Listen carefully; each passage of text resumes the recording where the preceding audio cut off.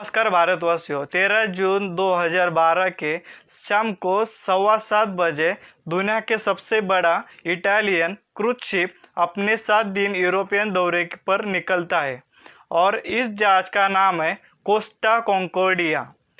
ये जो जहाज है और ये इतना बड़ा है कि इसमें लगभग उस समय 4252 लोग बैठे थे। इसमें करीब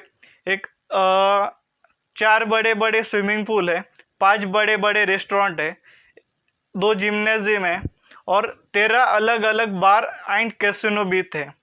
मतलब आप सोचो कि कितना बड़ा होगा। इस जहाज की पहली डेस्टिनेशन है जो है सेवोना, जहाँ पहुँचने के लिए करीब 1 से 1.5 दिन का समय लगेगा, लेकिन जहाज को चले सिर्फ करीब 2.5 से 3 घंटे हुए थे कि अचानक से सब लोगों की बड़ी भयानक से आवाज़ सुनाई देती है। इसके एकदम बाद सारे लाइट बंद हो जाती। गौर की जाए तो टाइटैनिक का जो हादसा था वो भी 100 साल पहले हुआ था, जो हुआ था कि 1912 को, और ये जो हादसा हुआ 2012 को हुआ। मतलब करीब लगभग 100 साल हुए थे। और एक बात, जब ये इंजन फेलियर हो रहा था तब कोस्टा कॉन्कॉर्डिया के जहाज में बहुत सारे पैसेंजर हॉल में बैठे थे और जो लोग हॉल में बैठे थे उस समय जो टाइटैनिक का सॉन्ग है वो बज रहा था। और थोड़े आगे चलते चलते जहाज और टेढ़ा मोड़ने लगता है, राइट साइड में मोड़ने लगता है, मतलब जो 30 डिग्री मोड़ जाता है और नीचे वाले कमरे में पानी भरने लगता है। लेकिन कोई भी पैसेंजर को कुछ नहीं बताया जाता। लेकिन क्यों? हालांकि कोई भी कैप्टन को सब मालूम था, लेकिन उसने क्यों नहीं बताया पैसेंजर को? जो कैप्टन थे वो चुप क्यों बैठे थे? कोस्टा कॉन्कॉर्डिया जहाज जो है वो कोस्टा क्रोशियर इटालियन नाम की एक कंपनी है, उनके द्वारा चलाई जाती है।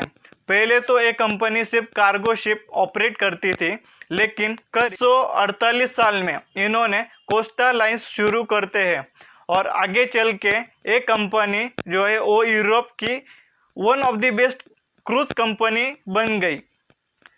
आगे चलकर 2000 साल में कार्निवल कॉरपोरेशन नाम की कंपनी है इसे खरीद लेती है और 2006 साल जून में इन्होंने पहला जहाज लॉन्च किया और इसका नाम है कोस्टा कॉन्कॉर्डिया। और अपने उस जमाने की सबसे बड़ी क्रूज थी और इसे बनाने में करीब कॉस्ट पड़ी थी लगभग $570 मिलियन। उस जमाने के करीब 2500 करोड़ रुपीस थे। उस जहाज का जो कैप्टन था वो फ्रांसिस्को शेट्टिनो, वो इस कंपनी में लगभग 2002 से थे।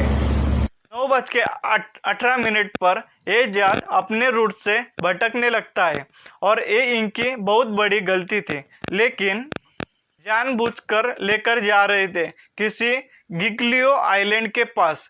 ये कैप्टन चाहते थे कि इस गिग्लियो सिटी के लोग जो है इस जहाज का चमकता नज़ारा देख सके अगले मॉर्निंग में, लेकिन किसी जमीन के पास से गुजरता है तो उसे सेल बाय और सेल पास्ट कहा जाता है।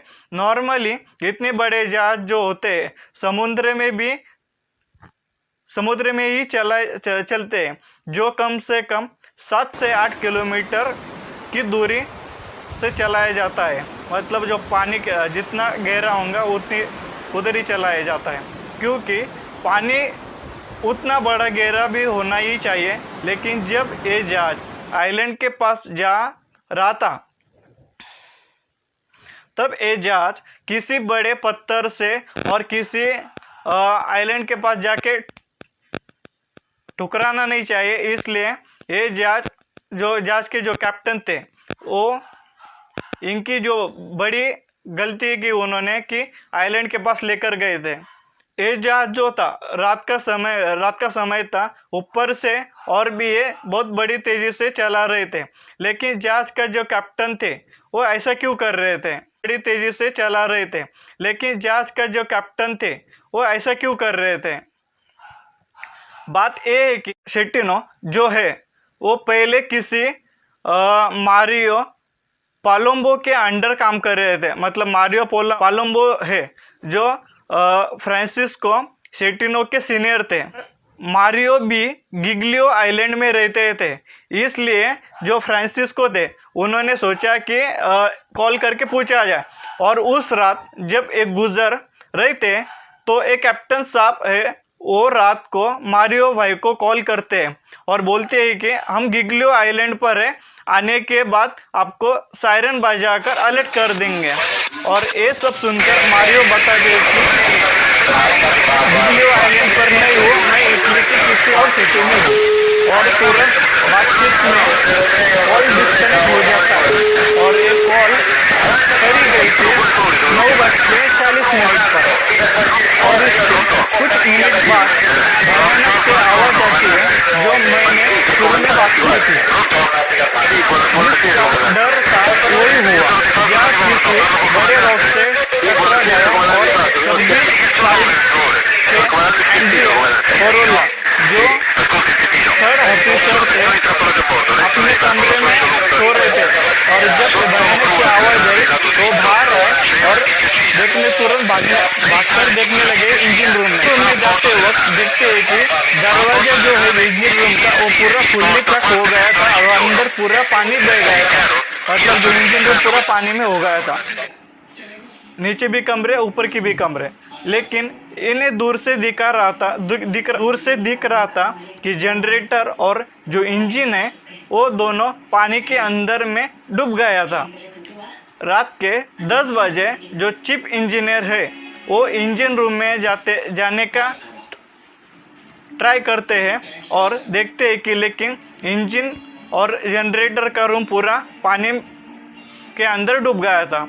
और इंजीनियर्स कैप्टन शेट्टिनो को कॉल करते हैं और बताते हैं कि सर जहाज की हालत बहुत ख़राब है और अपने को किसी हेल्प चाहिए। तभी भी उनका कॉल डिस्कनेक्ट होने के बाद जो जहाज के कैप्टन है फ्रांसिस्को शेट्टिनो वो किसी भी पैसेंजर को कोई भी अपडेट नहीं देते हुए अपनी मनमानी करते हुए आगे चले जाते हैं। और ये जो कैप्टन है अपनी गलती को छुपाने के लिए एक बहुत बड़ी गलती कर बैठते हैं और गलती को देखने की कोशिश करते हैं। कुछ ही समय बाद इंस्ट्रक्शन का वेट करो। एक्चुअली कैप्टन के वजह से ही गलती हुई थी, ये कैप्टन को ही मालूम था सिर्फ। और रात को 10:12 पर इटालियन कोस्ट गार्ड कैप्टन शेट्टिनो को कॉल करते हैं और बताते हैं उस कोस्टो कॉल रहा है और हमें पैसेंजर की कॉल क्यों आ रहे हैं।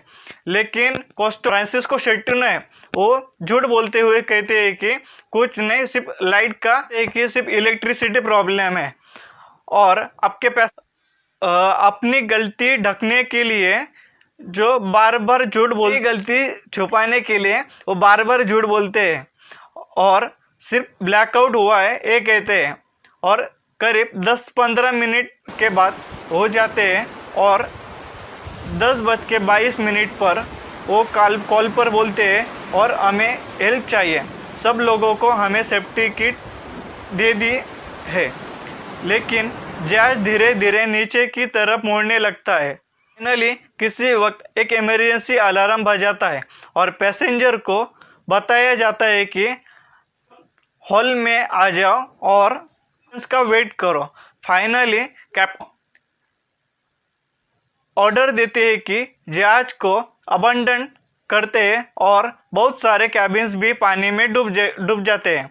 इस पूरे सिचुएशन में कैप्टन ने एक अच्छा फैसला लिया था कि वो यू टर्न लेने का, लेकिन बाकी सारी गलती होने के बाद इस अच्छे फैसले की वजह कुछ नहीं होगा। जैसे ही लोग उतरने लगे तो लोगों की अफला तफली बच गई और सब लोग डर गए थे और बाकी कई लोग का वेट करो। फाइनली कैप्टन शेट्टिनो ऑर्डर देते हैं कि जहाज को अबंडन करते हैं और बहुत सारे कैबिन्स भी पानी में डूब जाते हैं। इस पूरे सिचुएशन में कैप्टन ने एक अच्छा फैसला लिया था कि वो यू टर्न लेने का, लेकिन बाकी सारी गलती होने के बाद इस अच्छे फैसले की वजह से खुश नहीं होऊंगा। जैसे ही लोग उतरने लगे तो लोगों की अपला तपली बच गई और सब लोग डर गए थे, और बाकी कई लोग तो दूसरे शिप में और बाकी कुछ लोग कॉन्फिडेंट थे कि उनको स्विमिंग आती थी, और कुछ लोग तो पानी में भी कूद गए। क्रूज टीम और इटालियन टीम रात भर मदद करने के लिए जाती है, और जब वो टीम पहुंचती है तो उनको हेल्प भी करती है। ये एक दुनिया का सबसे बहुत बड़ा भयानक सीन था उनके लिए। तो कुल लोगों में 32 लोगों की मौत हुई थी उस रात को। अगले दिन फिर से रेस्क्यू टीम ने एनालिसिस किया था, और उस जहाज को भी दोबारा इस्तेमाल नहीं किया जा सकता था, और इससे स्क्रैप में भी बेचा जाए, और उसमें करीब 30 लाख लीटर फ्यूल भरा हुआ था। अपडेट आती है 12 फरवरी 2012 के दिन। उसमें जो फ्यूल भरा था वो कोल्ड के वजह से पूरा सेमी सॉलिड बन गया था। उसमें करीब 1 से 1.5 महीने लग गए थे उसको रीहीट करने के बाद उससे जो फ्यूल निकला वो निकाला गया, और 1.5 साल बाद उस जहाज को सिर्फ रेस्क्यू करने के लिए तकरीबन $799 मिलियन का खर्चा हो गया था। और इस जहाज को अपने पोर्ट पर ले जाने के लिए इसे दूसरे जहाज से टो करना पड़ा, और इस पूरे मामले में कंपनी का खर्चा लगभग $1.2 बिलियन का हो गया। पूरे मामले में कंपनी का खर्चा लगभग $1.2 बिलियन का हो गया था, और इतना ही नहीं, आगे भी इनको और खर्चा करवाना पड़ सकता था। और इस कैप्टन की लापरवाही की वजह से इतना बड़ा हादसा हो गया, और कितना भारी नुकसान भी होगा। इसके मुताबिक कोस्टा कॉन्कॉर्डिया का जो लोगों की जान बचाने की ट्राई की थी वो उनके लिए सबसे बड़ा ऑपरेशन बन गया था। कॉन्कॉर्डिया उसकी जो फीट थी वो 951.4 फीट थी। भारतवासियों, इसी तरह और नए नए वीडियो देखने के लिए हमारे चैनल को लाइक, शेयर और सब्सक्राइब जरूर कीजिए।